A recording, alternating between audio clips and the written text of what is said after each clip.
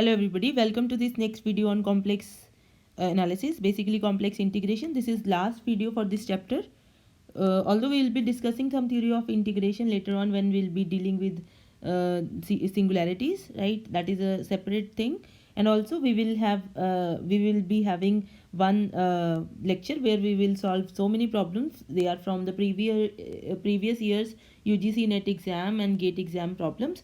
So you can also watch our series on a separate series on this numerical problems from this previous year's questions for complex analysis. So here I am going to discuss an important thing, which is maximum modulus principle, right? So this is also this is a consequence of Cauchy integral formula, but because these are the summary lectures, I am not going to prove it here. So I will just tell you the statement. I'll just verify what exactly happens here in maximum modulus principle.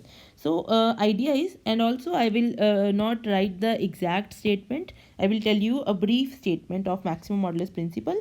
Maximum modulus principle states that maximum modulus principle states that if f is analytic and not constant in a domain A, if f is analytic and not constant in a domain A,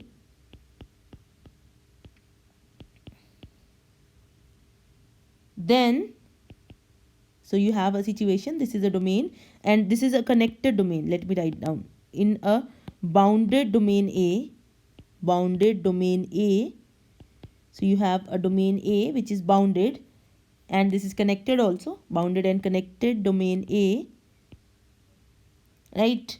Then, and you are saying that fz is not constant here. Then we are saying, this principle says, then mod of fz has no local maxima in A and it has absolute maxima of fz. So, maxima in interior of A, let me write down interior A, and the absolute maxima of fz occurs on the boundary of A,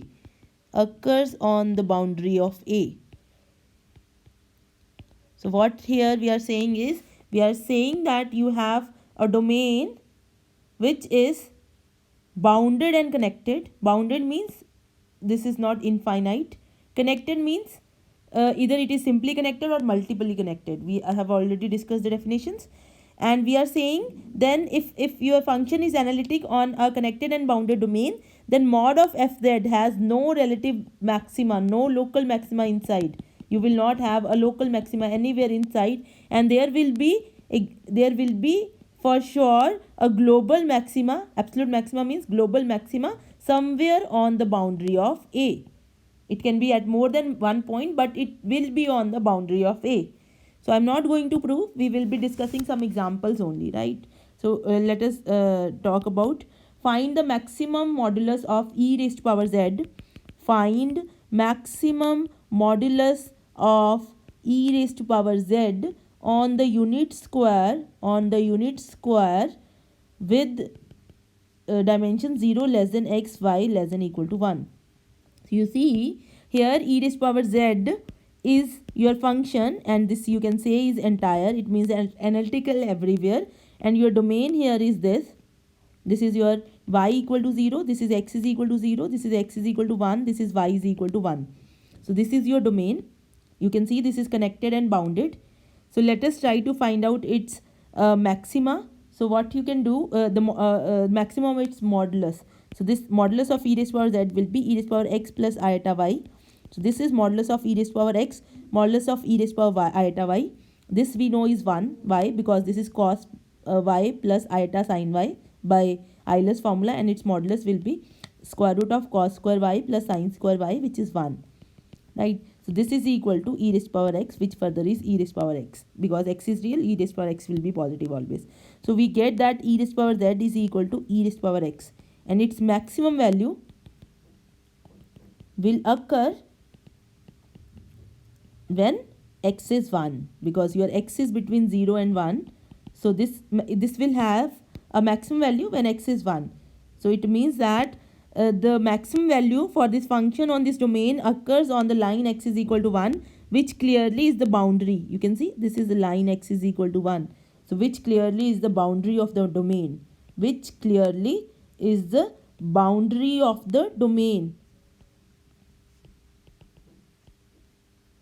Fine. So this is how you can see maximum modulus principle you can verify. We are just doing a verification. Let us do one more verification. So I have here find the maximum modulus for sine z. Find the maximum modulus for sine z on the square 0 to pi 0 to pi. Right, so you have a square 0 to pi 0 to pi. So you have 0 2 pi, here also this is 2 pi. So this is a square, right? So this you want to find out the maximum value of sine z mod. Okay, maximum modulus for sine z. So you can write like this only. Modulus means we are looking at the mod. So you have to write it in real and complex part. So you can write it as x plus iota y. So you need to know the formula. Sin A plus B is sin A cos B plus cos A sin B. Now you should know these formulas, that cos iota y is equal to cos hyperbolic y, and sin iota y is equal to iota sin hyperbolic y. So these are the results. So this is equal to sin x cos hyperbolic y plus iota cos x sin hyperbolic y. So this is equal to square root of sin square x cos hyperbolic square y plus cos square x sin hyperbolic square y. Right, and we are looking for its maximum value. Okay, sin square, this is a mod of sin z. We are looking for its maximum value. So can you see what exactly is happening here? So we can just do some manipulation. I can write it as 1 minus sin square x. So what I will get? I will get sin square x common. Inside I will have cos hyperbolic square y minus sin hyperbolic square y, and I will have 1 sin hyperbolic square y. So this is 1.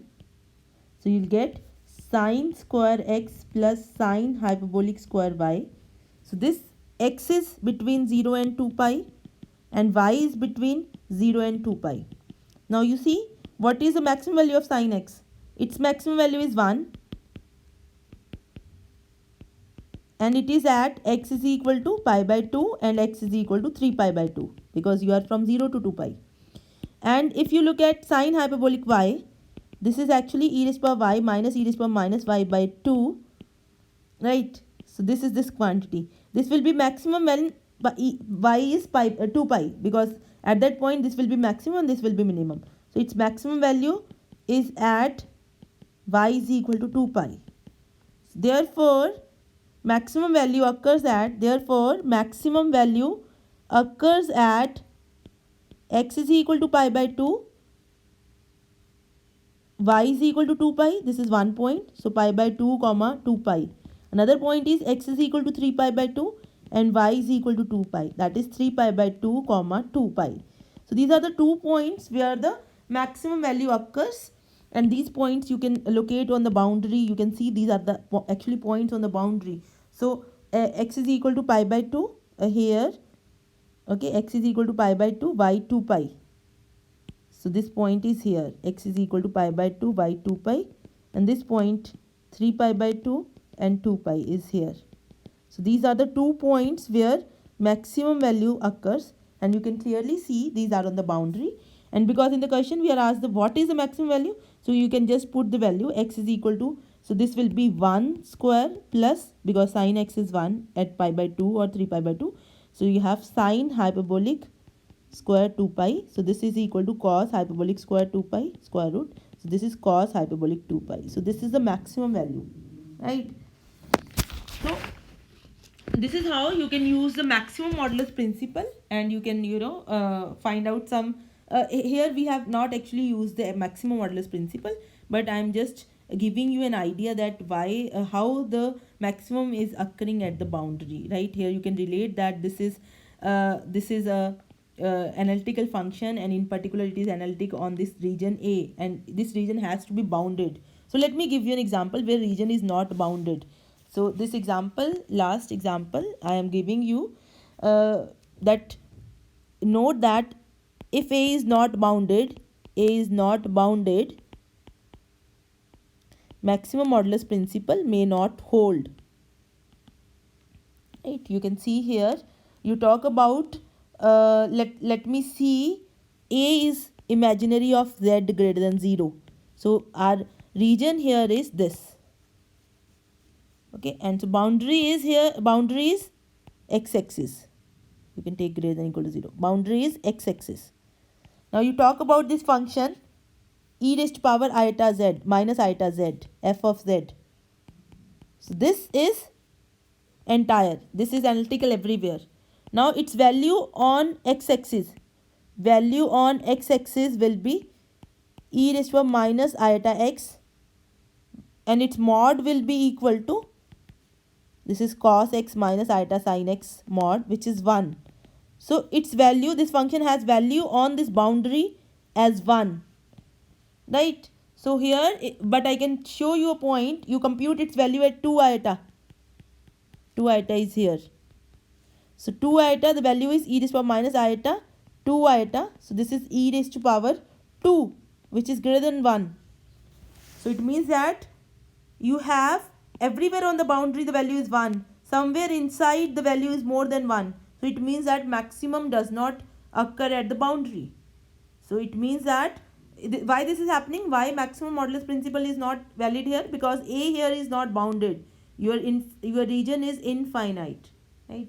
So boundedness of A is required. Okay, thank you for watching this video. Please share this video and subscribe to this channel. So from the next video we will be starting with a new chapter. Thank you.